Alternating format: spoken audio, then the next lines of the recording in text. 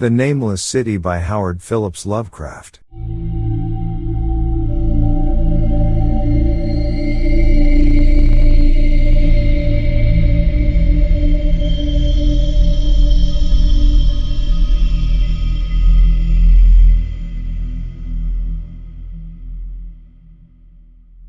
When I drew nigh the nameless city, I knew it was accursed. I was traveling in a parched and terrible valley under the moon, and afar I saw it protruding uncannily above the sands as parts of a corpse may protrude from an ill-made grave. Fear spoke from the age-worn stones of this hoary survivor of the deluge. This great-grandmother of the eldest pyramid and a viewless aura repelled me and bade me retreat from antique and sinister secrets that no man should see, and no man else had ever dared to see. Remote in the desert of Araby lies the nameless city, crumbling and inarticulate, its low walls nearly hidden by the sands of uncounted ages. It must have been thus before the first stones of Memphis were laid, and while the bricks of Babylon were yet unbaked. There is no legend so old as to give it a name, or to recall that it was ever alive, but it is told of in whispers around campfires and muttered about by grandams in the tents of sheiks, so that all the tribes shun it without wholly knowing why. It was of this place that Abdul al-Hazred the mad poet dreamed on the night before he sang his unexplainable couplet. That is not dead which can eternal lie, and with strange eons even death may die.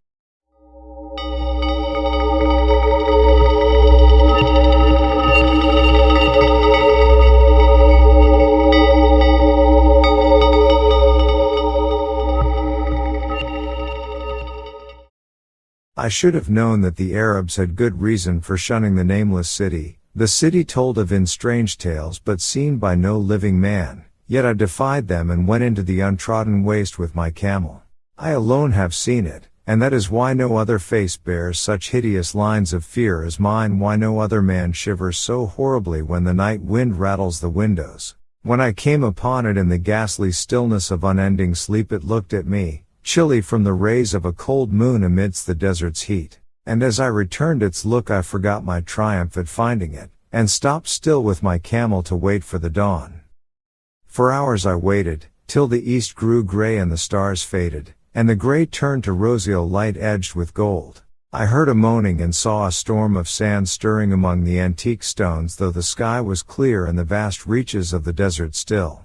Then suddenly above the desert's far rim came the blazing edge of the sun, seen through the tiny sandstorm which was passing away, and in my fevered state I fancied that from some remote depth there came a crash of musical metal to hail the fiery disk as Memnon hails it from the banks of the Nile. My ears rang and my imagination seethed as I led my camel slowly across the sand to that unvocal stone place, that place too old for Egypt and Meroe to remember, that place which I alone of living men had seen. In and out amongst the shapeless foundations of houses and palaces I wandered, finding never a carving or inscription to tell of those men, if men they were, who built the city and dwelt therein so long ago. The antiquity of the spot was unwholesome, and I longed to encounter some sign or device to prove that the city was indeed fashioned by mankind. There were certain proportions and dimensions in the ruins which I did not like. I had with me many tools, and dug much within the walls of the obliterated edifices, but progress was slow, and nothing significant was revealed. When night and the moon returned, I felt a chill wind which brought new fear, so that I did not dare to remain in the city. And as I went outside the antique walls to sleep, a small sighing sandstorm gathered behind me, blowing over the gray stones though the moon was bright and most of the desert still. I awaked just at dawn from a pageant of horrible dreams, my ears ringing as from some metallic peal. I saw the sun peering redly through the last gusts of a little sandstorm that hovered over the nameless city, and marked the quietness of the rest of the landscape. Once more I ventured within those brooding ruins that swelled beneath the sand like an ogre under a coverlet, and again dug vainly for relics of the forgotten race. At noon I rested, and in the afternoon I spent much time tracing the walls, and the bygone streets, and the outlines of the nearly vanished buildings. I saw that the city had been mighty indeed, and wondered at the sources of its greatness. To myself I pictured all the splendors of an age so distant that Chaldea could not recall it, and thought of Sarnath the doomed, that stood in the land of Ner when mankind was young, and of Ib, that was carven of grey stone before mankind existed. All at once I came upon a place where the bedrock rose stark through the sand and formed a low cliff, and here I saw with joy what seemed to promise further traces of the antediluvian people. Hewn rudely on the face of the cliff were the unmistakable facades of several small, squat rock houses or temples whose interiors might preserve many secrets of ages too remote for calculation, though sandstorms had long since effaced any carvings which may have been outside.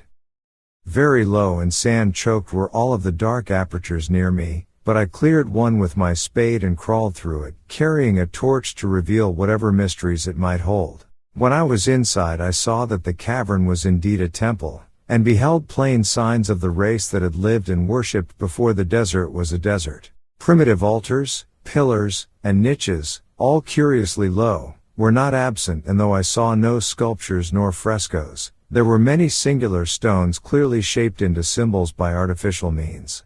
The lowness of the chiseled chamber was very strange, for I could hardly more than kneel upright, but the area was so great that my torch showed only part at a time.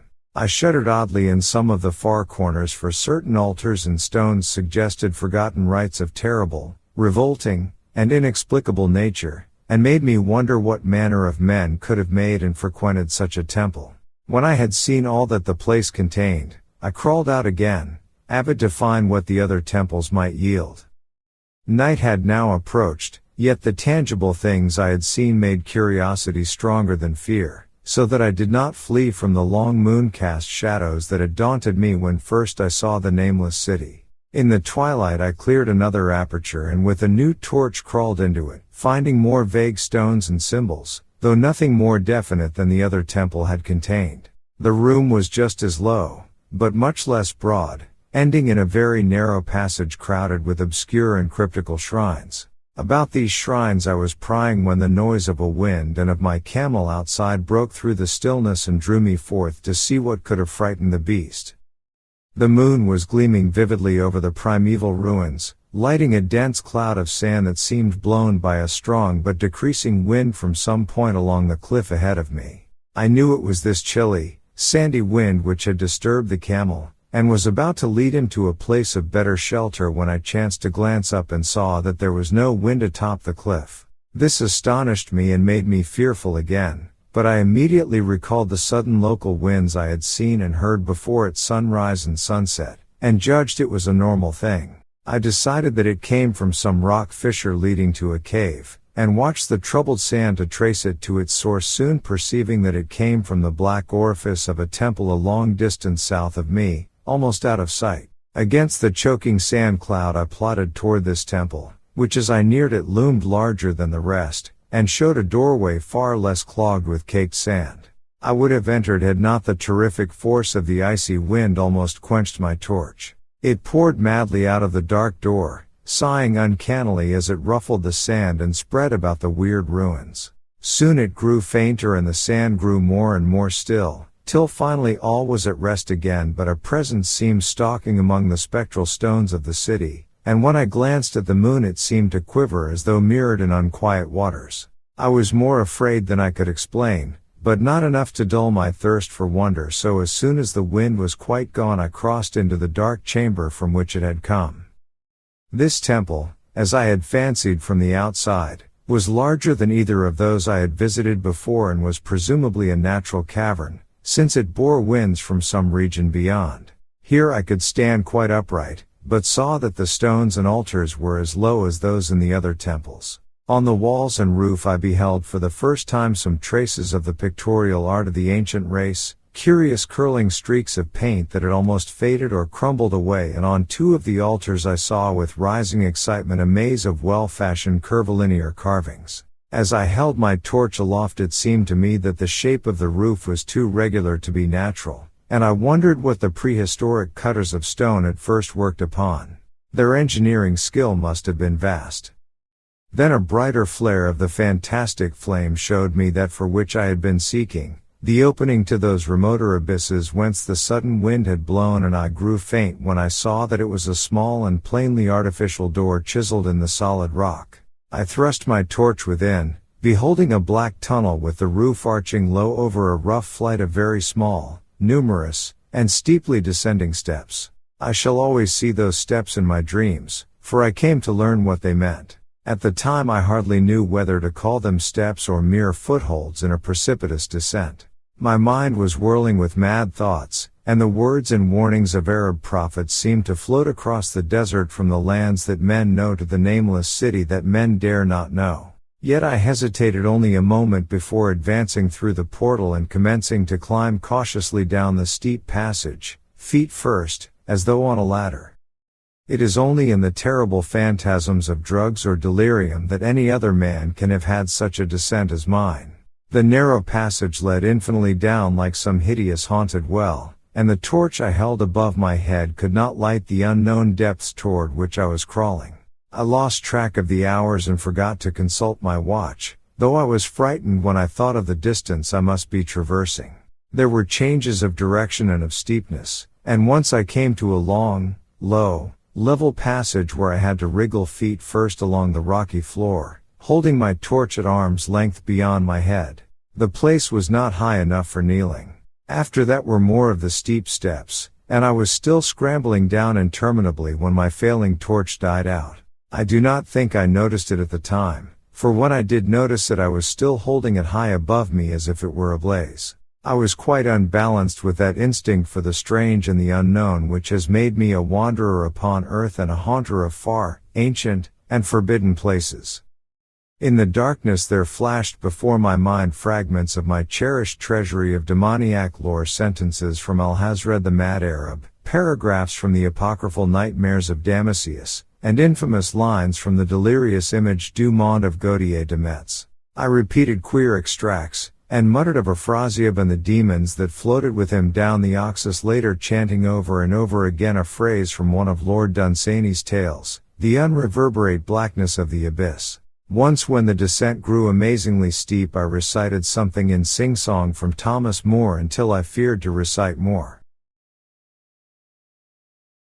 A reservoir of darkness, black, as witches' cauldrons are, when filled with moon drugs in the eclipse distilled, leaning to look if foot might pass.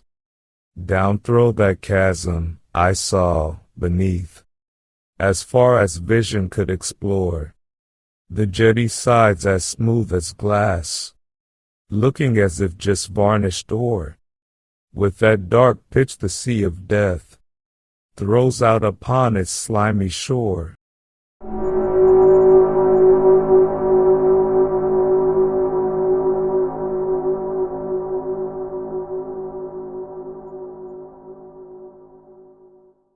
Time had quite ceased to exist when my feet again felt a level floor, and I found myself in a place slightly higher than the rooms in the two smaller temples now so incalculably far above my head. I could not quite stand, but could kneel upright, and in the dark I shuffled and crept hither and thither at random. I soon knew that I was in a narrow passage whose walls were lined with cases of wood having glass fronts. As in that Paleozoic and abysmal place I felt of such things as polished wood and glass, I shuddered at the possible implications. The cases were apparently ranged along each side of the passage at regular intervals, and were oblong and horizontal, hideously like coffins in shape and size. When I tried to move two or three for further examination, I found they were firmly fastened. I saw that the passage was a long one, so floundered ahead rapidly in a creeping run that would have seemed horrible had any eye watched me in the blackness, crossing from side to side occasionally to feel of my surroundings and be sure the walls and rows of cases still stretched on. Man is so used to thinking visually that I almost forgot the darkness and pictured the endless corridor of wood and glass in its low-studded monotony as though I saw it. And then in a moment of indescribable emotion I did see it. Just when my fancy merged into real sight I cannot tell, but there came a gradual glow ahead, and all at once I knew that I saw the dim outlines of the corridor and the cases, revealed by some unknown subterranean phosphorescence. For a little while all was exactly as I had imagined it, since the glow was very faint, but as I mechanically kept on stumbling ahead into the stronger light I realized that my fancy had been but feeble. This hall was no relic of crudity like the temples in the city above, but a monument of the most magnificent and exotic art. Rich, vivid, and daringly fantastic designs and pictures formed a continuous scheme of mural painting whose lines and colors were beyond description. The cases were of a strange golden wood, with fronts of exquisite glass, and contained the mummified forms of creatures outreaching in grotesqueness the most chaotic dreams of man. To convey any idea of these monstrosities is impossible. They were of the reptile kind, with body lines suggesting sometimes the crocodile, sometimes the seal, but more often nothing of which either the naturalist or the paleontologist ever heard. In size they approximated a small man, and their 4 legs bore delicate and evidently flexible feet curiously like human hands and fingers.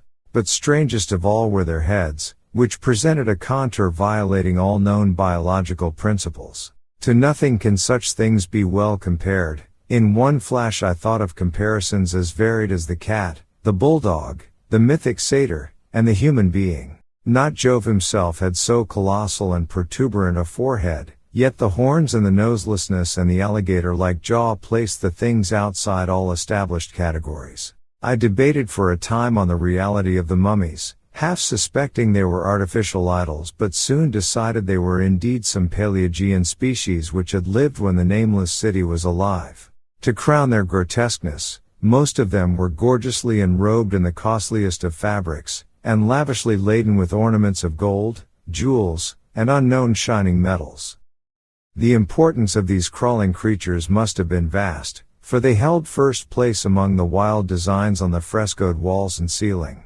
With matchless skill had the artists drawn them in a world of their own, wherein they had cities and gardens fashioned to suit their dimensions, and I could not but think that their pictured history was allegorical, perhaps showing the progress of the race that worshipped them. These creatures, I said to myself, were to the men of the Nameless City what the she-wolf was to Rome, or some totem beast is to a tribe of Indians. Holding this view, I thought I could trace roughly a wonderful epic of the Nameless City, the tale of a mighty seacoast metropolis that ruled the world before Africa rose out of the waves, and of its struggles as the sea shrank away, and the desert crept into the fertile valley that held it. I saw its wars and triumphs, its troubles and defeats, and afterward its terrible fight against the desert when thousands of its people, here represented in allegory by the grotesque reptiles, were driven to chisel their way down through the rocks in some marvelous manner to another world whereof their prophets had told them. It was all vividly weird and realistic, and its connection with the awesome descent I had made was unmistakable. I even recognized the passages. As I crept along the corridor toward the brighter light, I saw later stages of the painted epic, the leave-taking of the race that had dwelt in the Nameless City and the valley around for 10 million years, the race whose souls shrank from quitting scenes their bodies had known so long, where they had settled as nomads in the earth's youth, hewing in the virgin rock those primal shrines at which they never ceased to worship. Now that the light was better, I studied the pictures more closely, and, remembering that the strange reptiles must represent the unknown men, pondered upon the customs of the Nameless City. Many things were peculiar and inexplicable. The civilization, which included a written alphabet, had seemingly risen to a higher order than those immeasurably later civilizations of Egypt and Chaldea, yet there were curious omissions. I could, for example, find no pictures to represent deaths or funeral customs, save such as were related to wars, violence, and plagues, and I wondered at the reticence shown concerning natural death. It was as though an ideal of earthly immortality had been fostered as a cheering illusion. Still nearer the end of the passage were painted scenes of the utmost picturesqueness and extravagance, contrasted views of the Nameless City and its desertion and growing ruin, and of the strange new realm or paradise to which the race had hewed its way through the stone. In these views the city and the desert valley were shown always by moonlight, a golden nimbus hovering over the fallen walls and half revealing the splendid perfection of former times, shown spectrally and elusively by the artist. The paradisal scenes were almost too extravagant to be believed, portraying a hidden world of eternal day filled with glorious cities and ethereal hills and valleys. At the very last I thought I saw signs of an artistic anticlimax. The paintings were less skillful, and much more bizarre than even the wildest of the earlier scenes. They seemed to record a slow decadence of the ancient stock, coupled with a growing ferocity toward the outside world from which it was driven by the desert.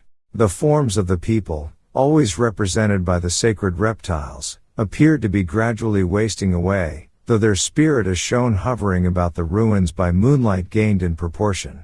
Emaciated priests, displayed as reptiles in ornate robes, cursed the upper air and all who breathed it, and one terrible final scene showed a primitive-looking man, perhaps a pioneer of ancient Eerie, the city of pillars, torn to pieces by members of the elder race. I remembered how the Arabs fear the Nameless City, and was glad that beyond this place the grey walls and ceiling were bare. As I viewed the pageant of mural history, I had approached very closely the end of the low-cailed hall, and was aware of a great gate through which came all of the illuminating phosphorescence. Creeping up to it, I cried aloud in transcendent amazement at what lay beyond, for instead of other and brighter chambers there was only an illimitable void of uniform radiance, such as one might fancy when gazing down from the peak of Mount Everest upon a sea of sunlit mist. Behind me was a passage so cramped that I could not stand upright, and it before me was an infinity of subterranean effulgence. Reaching down from the passage into the abyss was the head of a steep flight of steps, small numerous steps like those of the black passages I had traversed, but after a few feet the glowing vapors concealed everything. Swung back open against the left-hand wall of the passage was a massive door of brass, incredibly thick and decorated with fantastic bas-reliefs, which could if closed shut the whole inner world of light away from the vaults and passages of rock. I looked at the steps, and for the nonce dared not try them. I touched the open brass door, and could not move it. Then I sank prone to the stone floor, my mind aflame with prodigious reflections which not even a death-like exhaustion could banish. As I lay still with closed eyes, free to ponder, many things I had lightly noted in the frescoes came back to me with new and terrible significance, scenes representing the Nameless City in its heyday, the vegetation of the valley around it, and the distant lands with which its merchants traded. The allegory of the crawling creatures puzzled me by its universal prominence, and I wondered that it should be so closely followed in a pictured history of such importance. In the frescoes the Nameless City had been shown in proportions fitted to the reptiles. I wondered what its real proportions and magnificence had been, and reflected a moment on certain oddities I had noticed in the ruins. I thought curiously of the lowness of the primal temples and of the underground corridor, which were doubtless hewn thus out of deference to the reptile deities their honor, though it perforce reduced the worshippers to crawling.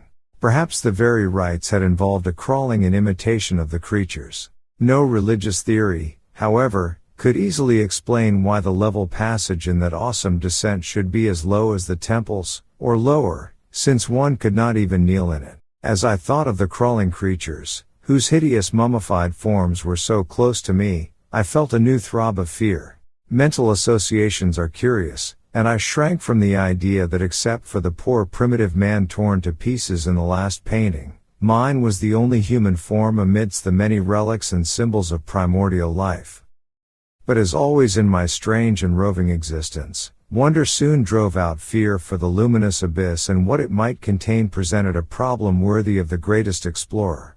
That a weird world of mystery lay far down that flight of peculiarly small steps I could not doubt, and I hoped to find there those human memorials which the painted corridor had failed to give. The frescoes had pictured unbelievable cities, hills, and valleys in this lower realm, and my fancy dwelt on the rich and colossal ruins that awaited me.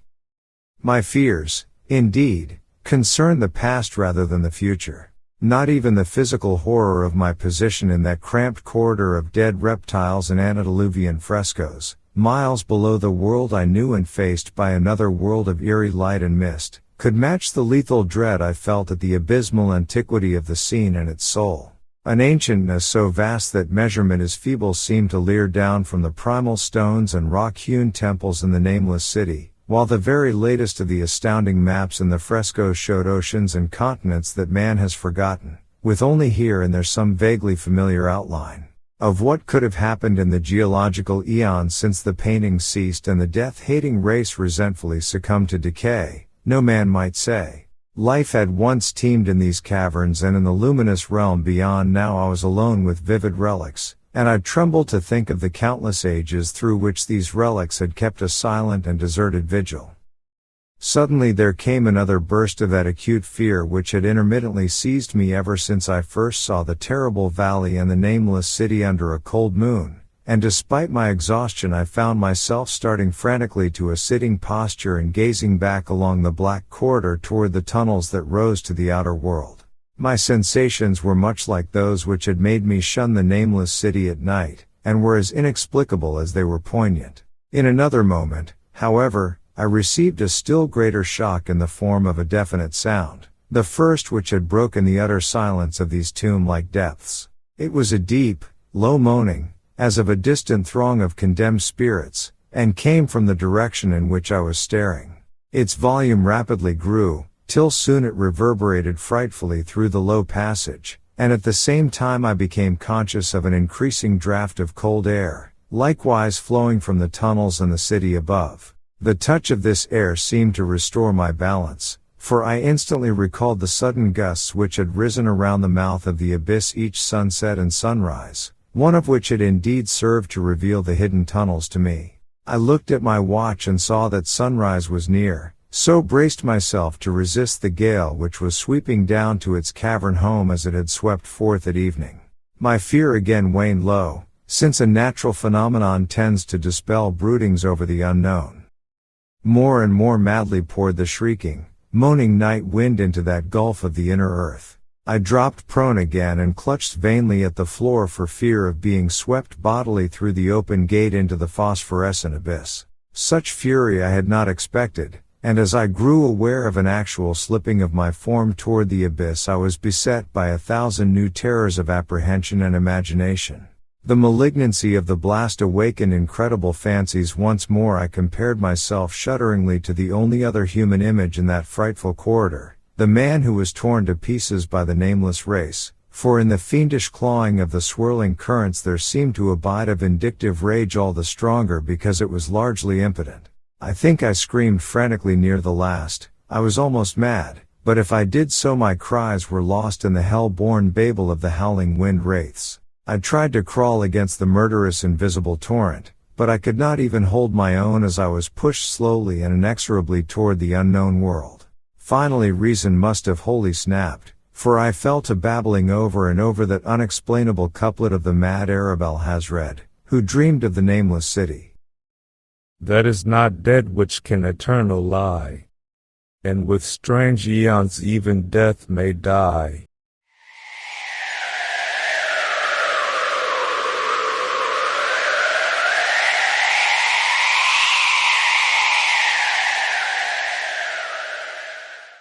Only the grim brooding desert gods know what really took place, what indescribable struggles and scrambles in the dark I endured, or what abaton guided me back to life, where I must always remember and shiver in the night wind till oblivion, or worse, claims me. Monstrous, unnatural, colossal, was the thing, too far beyond all the ideas of man to be believed except in the silent damnable small hours when one cannot sleep.